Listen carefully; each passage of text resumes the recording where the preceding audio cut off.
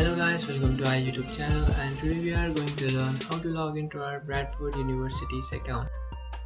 So if you want to log into your Bradford University's account, what you can do is just simply open up your browser, select any browser you like, and after opening up your browser in search bar, you can search for Bradford University login. Now after searching for that, you'll come up to this page, and from here you can just tap on this first option which is login University of Bradford.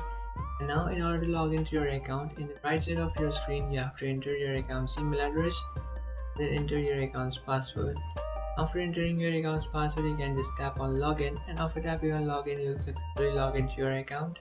But if you have entered a wrong password for your account, and if you have forgotten your account's password, then what you can do is just easily reset or recover your account's password by tapping on trouble signing in.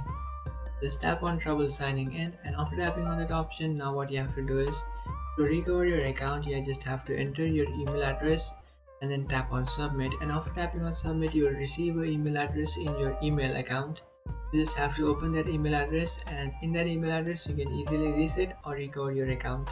That's it guys, this is how to log into your University of Bradford. If you find this video helpful, don't forget to like and subscribe to our channel. If you have any doubts, feel free to comment below. Thanks for watching.